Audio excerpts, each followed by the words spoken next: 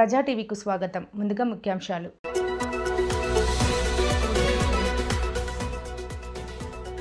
శ్రీశైలంలో శివరాత్రి బ్రహ్మోత్సవాల సందర్భంగా భద్రతా ఏర్పాట్లను పరిశీలించిన నంద్యాల జిల్లా ఇన్ఛార్జ్ ఎస్పీ విక్రాంత్ పాటిల్.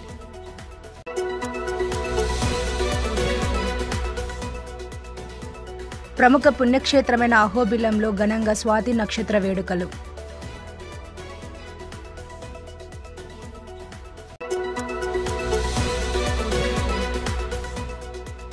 ప్రభుత్వం మారిన వెంటనే పేదల ఇళ్ల పట్టాలు లాక్కునే సంస్కృతి మంచిది కాదన్న నంద్యాల మాజీ ఎమ్మెల్యే శిల్పా రవిచంద్ర కిషోర్ రెడ్డి.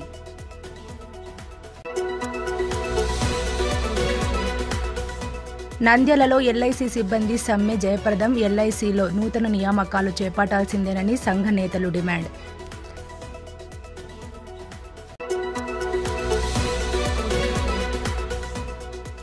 ప్రముఖ పుణ్యక్షేత్రమైన మహానందిలో ప్రారంభమైన హుండీ లెక్కింపు.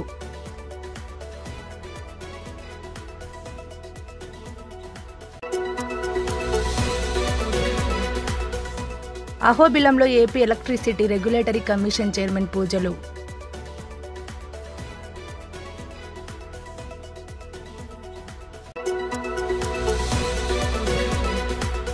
ఆళ్లగడ్డ మండలం కోటకందుకూరు ఉన్నత పాఠశాలలో ఘనంగా భాషోత్సవాలు.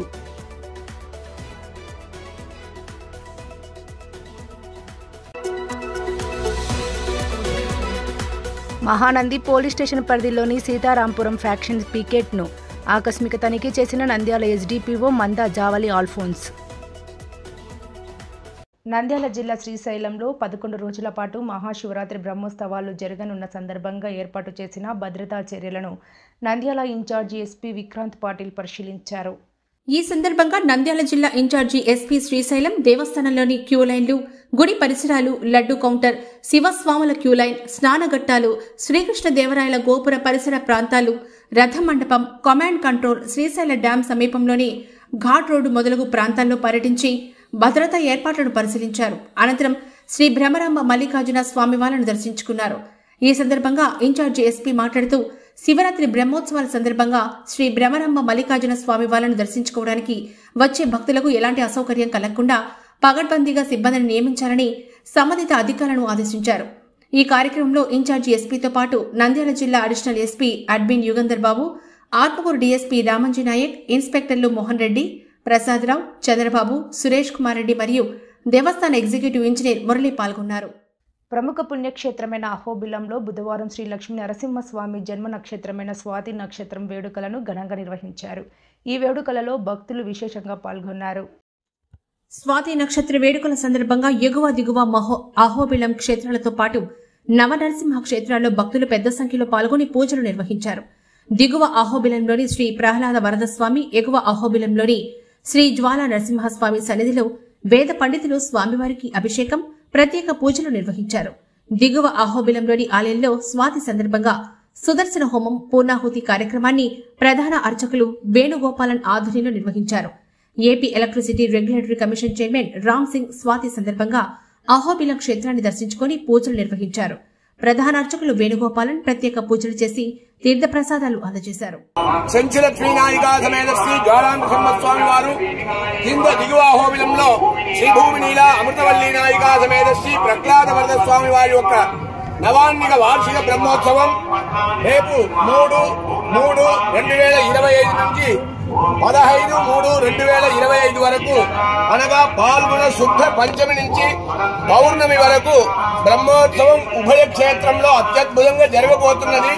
ఆ జరగబోయే ఒక బ్రహ్మోత్సవానికి తాత్కాలిక మంటప ప్రతిష్టగా ఈరోజు సప్తమి అనగా బుధవారం స్వాతి నక్షత్రం స్వామివారి యొక్క జన్మ నక్షత్రం కనుక ఈ యొక్క స్తంభ ప్రతిష్ఠ కార్యక్రమం నిర్వహించడానికి శ్రీ అహోబిల మఠం పీఠాధిపతి 46వ పీఠాధిపతి శ్రీవంఠనభావ శ్రీ రంగనాథ యరీంద్ర మహాదేశికుల వారి యొక్క దివ్యాజ్ఞానుసారంగా ఈ యొక్క మహోత్సవానికి స్తంభ ప్రతిష్ఠ కార్యక్రమం జరిగినది.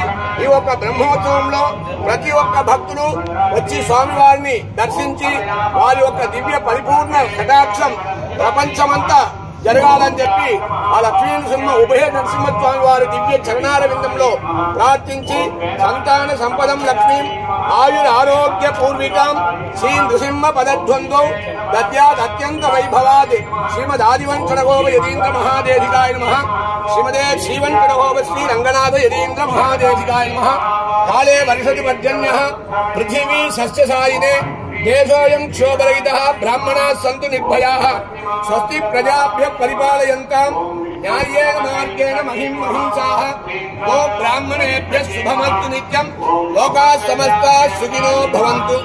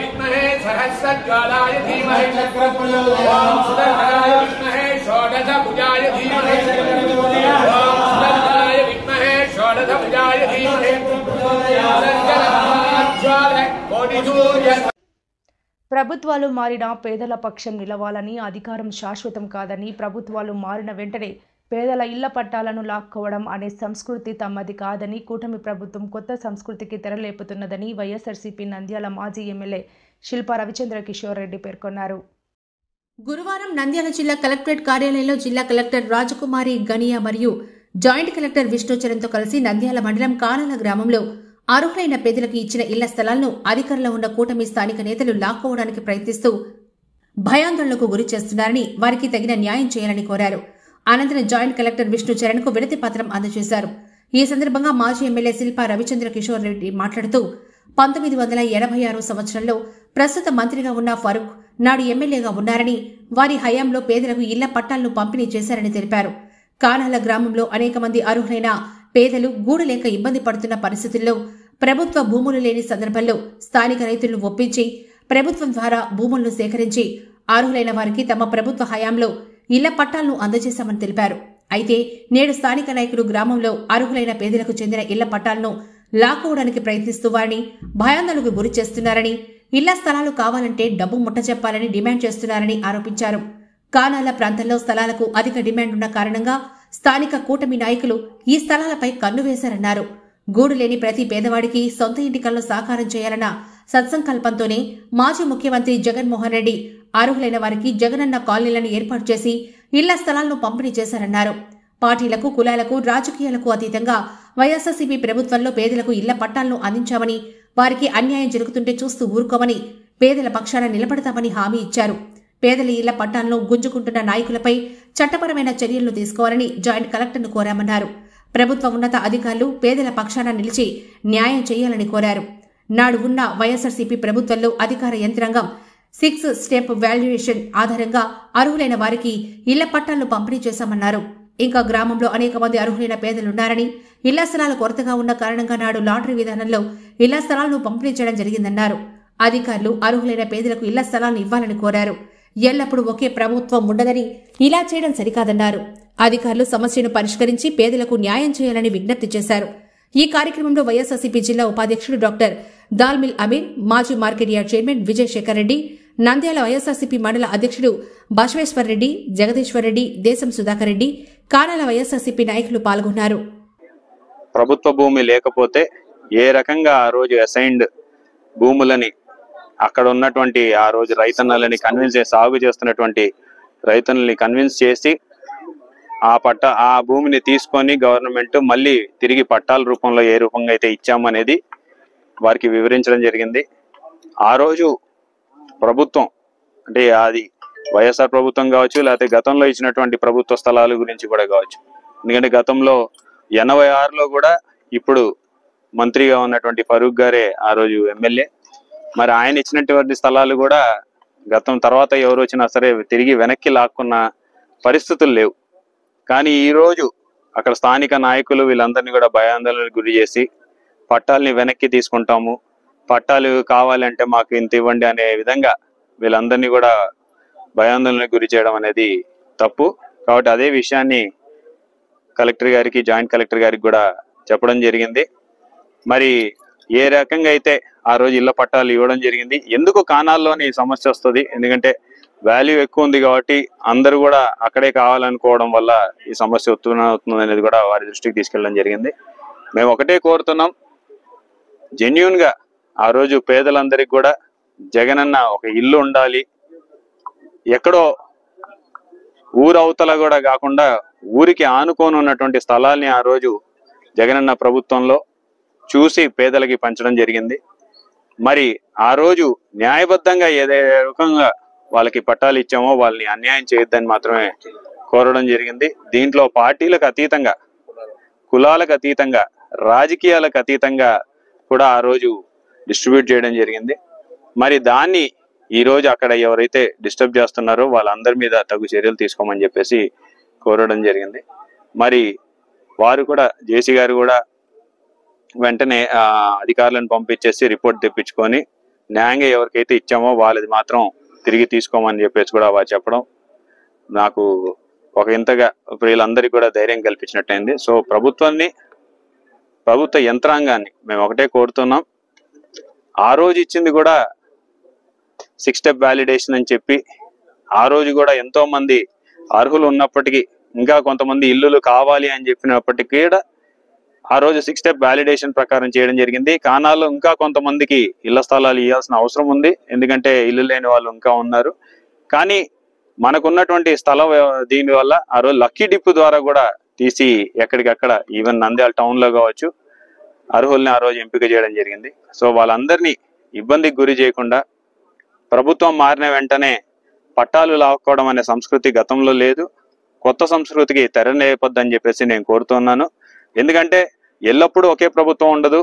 మళ్ళీ ఇప్పుడు కానీ ఆ చర్యలకి ప్రారంభం ఎవరైనా చేసినా సరే భవిష్యత్తులో మళ్ళీ ప్రభుత్వం మారిన రోజు తిరిగి ఇదే చర్యలు వాళ్ళు కూడా పాల్పడాల్సి వస్తుంది. కాబట్టి ఆ రోజు ఎవరు అధికారంలో ఉంటే మళ్ళీ ఇవే చర్యలకి పాల్పడే విధంగా దయచేసి చేయొద్దని చెప్పేసి మేము కోరుకుంటున్నాం. సో ఈ యొక్క సమస్యని పరిష్కరిస్తారని చెప్పేసి మేము ఆశాభావం వ్యక్తం చేస్తాం.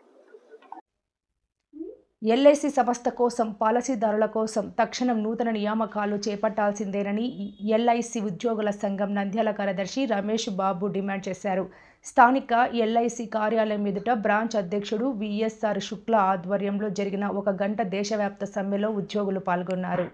ఈ సందర్భంగా సంఘ నేత రమేష్ మాట్లాడుతూ ఇన్సూరెన్స్ రంగం రూపురేఖలు మారిపోతున్న దశలో నూతన తరం పాలసీదారుల ఆకాంక్షల మేరకు పనిచేయాలంటే ఉన్నత విద్యావంతులైన హైటెక్ పరిజ్ఞానం ఉన్న యువతను కూడా నూతన ఉద్యోగులుగా నియమించుకోవాల్సిన అవసరం ఎల్ఐసికి ఉందన్నారు. జవాబుదారీతనం లేని అవుట్సోర్సింగ్ స్థానంలో రెగ్యులర్ నియామకాలే పరిష్కారమన్నారు. యూపీఎస్సీ తరహాలో ప్రతి ఏటా ఎల్ఐసిలో అవసరమైన మేరకు నియామకాలు చేపట్టారన్నారు. దేశంలో ఉన్న 80% ఎల్ఐసి సిబ్బందికి ప్రాతినిధ్యం వహిస్తున్న తమ సంఘం all India insurance employees association కు గుర్తింపు పొందిన సంఘంగా హోదాను పునరుద్ధరించాలని డిమాండ్ చేశారు. సంస్థ కోసం, పాలసీదారుల కోసం, సిబ్బంది కోసం విషయాల దృక్పథంతో పనిచేస్తున్న అఖిల భారత బీమా ఉద్యోగుల సంఘం భారత కార్మికోద్యమ చరిత్రలో ఆదర్శప్రాయమైందని, ఆ సంఘానికి గుర్తింపు పునరుద్ధరించడం అంటే సంస్థలో ప్రజాస్వామిక సంప్రదాయాలు నిలపడమేనని, అలాగే నూతన నియామకాలు కూడా చేపట్టాలని ఆయన డిమాండ్ చేశారు. మరో నాయకులు పుల్లారెడ్డి మాట్లాడుతూ బలమైన ఎల్ఐసి మాత్రమే బలమైన దేశ ఆర్థిక వ్యవస్థకు కీలకమైందని, ఈ నేపథ్యంలో కేంద్ర ఆర్థిక మంత్రిత్వ శాఖ ఎల్ఐసి యాజమాన్యం ఏకపక్ష ధోరణులు మాని ప్రజాస్వామికంగా వ్యవహరించాలన్నారు. ఈ కార్యక్రమానికి ఎల్ఐసి ఏజెన్సీ నాయకులు శ్రీనివాస్ రెడ్డి, రామచంద్రమూర్తి, తిరుపాలు, ఉమామహేశ్వరరెడ్డి, శ్రీరాములు, కుమిత శ్రీనివాసులు సంఘీభావం తెలపగా 1 గంట సమ్మె కార్యక్రమంలో యూనియన్ నాయకులు ఏ భువనేంద్ర, రామకృష్ణుడు, శేషగిరిరావు, రంగారావు, సత్యనారాయణ, వెంకట్రాముడు, గోపాల్ తదితర నాయకులందరూ పాల్గొన్నారు.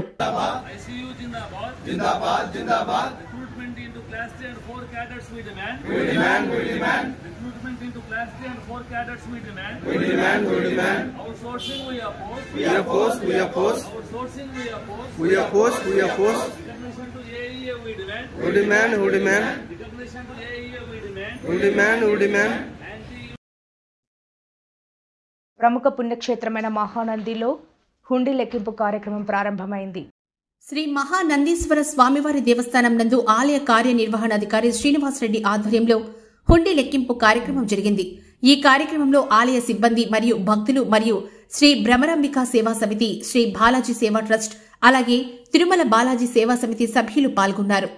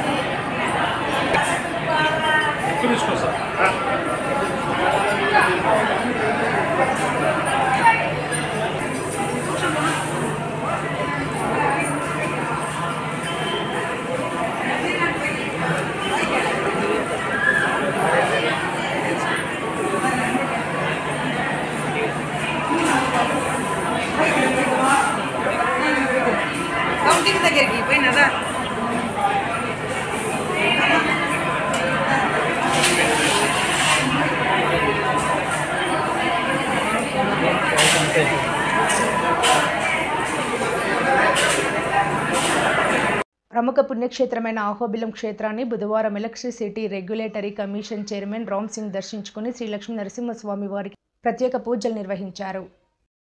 వేద పండితులు ఆయనకు ఆలయ మర్యాదలతో స్వాగతం పలికారు. అనంతరం ఆయన దిగువ అహోబిలంలో వెలిసిన శ్రీ ప్రహ్లాద వరదస్వామి, శ్రీ అమృతవల్లి అమ్మవారిని దర్శించుకున్నారు. అనంతరం ఎగువ అహోబిలం ఆలయంలో కూడా పూజలు నిర్వహించారు. ఆలయ అర్చకులు ఆయన ఘనంగా సత్కరించి తీర్థప్రసాదాలు అందజేశారు. ఆయన వెంట Nandyal executive engineer Srinivasareddy, Allagadda AD Ravikanth Chowdary, తదితర అధికారులు పాల్గొన్నారు.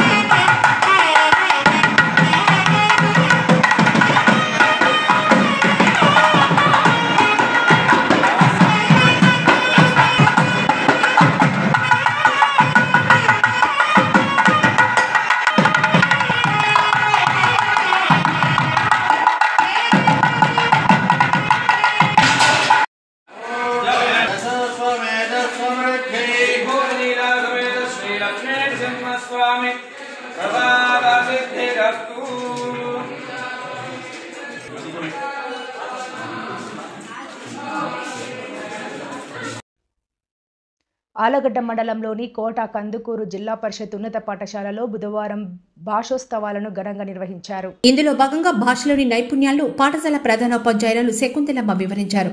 హిందీ ఉపాధ్యాయుడు కన్నయ్య మాట్లాడుతూ భారతదేశ జాతీయ భాష రాజభాష హిందీ అని, ప్రస్తుతం హిందీ భాషను ప్రపంచవ్యాప్తంగా 50 కోట్ల మంది మాట్లాడుతున్నారని కన్నయ్య కొనియాడారు.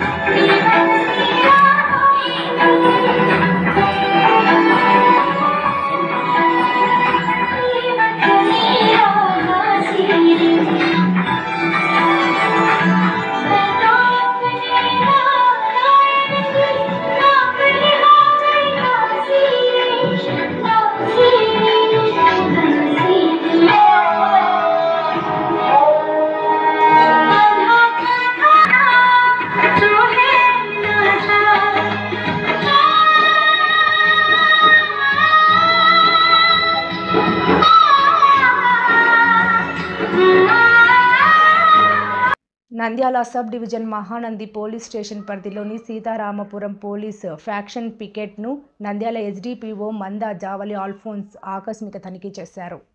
అనంతరం మందా జావళి ఆల్ఫోన్స్ అక్కడ విధుల్లో ఉన్న పోలీస్ సిబ్బందితో మాట్లాడి గ్రామ స్థితిగతులను అడిగి తెలుసుకున్నారు. నిరంతరం విధుల్లో అప్రమత్తంగా ఉండాలని ఆదేశించారు. ఎవరైనా కొత్త వ్యక్తులు గ్రామంలోకి వచ్చిన వారిపై నిఘా ఉంచాలని, గ్రామంలో అల్లర్లు గొడవలు జరగకుండా అప్రమత్తంగా ఉంటూ ఏదైనా అనుకోని సంఘటన జరిగినప్పుడు అధికారులకు సమాచారం అందించాలని తెలిపారు.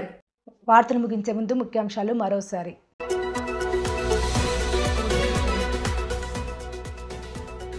శ్రీశైలంలో శివరాత్రి బ్రహ్మోత్సవాల సందర్భంగా భద్రతా ఏర్పాట్లను పరిశీలించిన నంద్యాల జిల్లా ఇన్ఛార్జ్ ఎస్పీ విక్రాంత్ పాటిల్.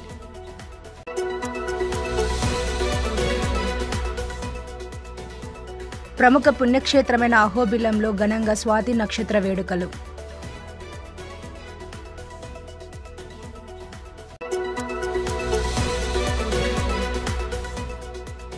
ప్రభుత్వం మారిన వెంటనే పేదల ఇళ్ల పట్టాలు లాక్కునే సంస్కృతి మంచిది కాదన్న నంద్యాల మాజీ ఎమ్మెల్యే శిల్పా రవిచంద్ర కిషోర్ రెడ్డి.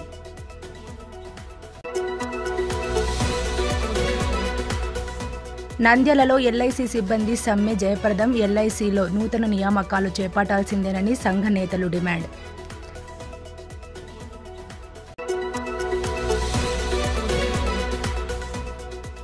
ప్రముఖ పుణ్యక్షేత్రమైన మహానందిలో ప్రారంభమైన హుండీ లెక్కింపు.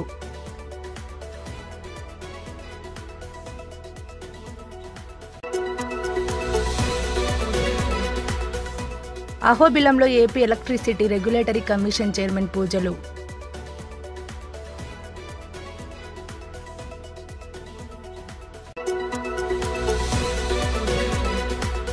ఆళ్లగడ్డ మండలం కోటకందుకూరు ఉన్నత పాఠశాలలో ఘనంగా భాషోత్సవాలు.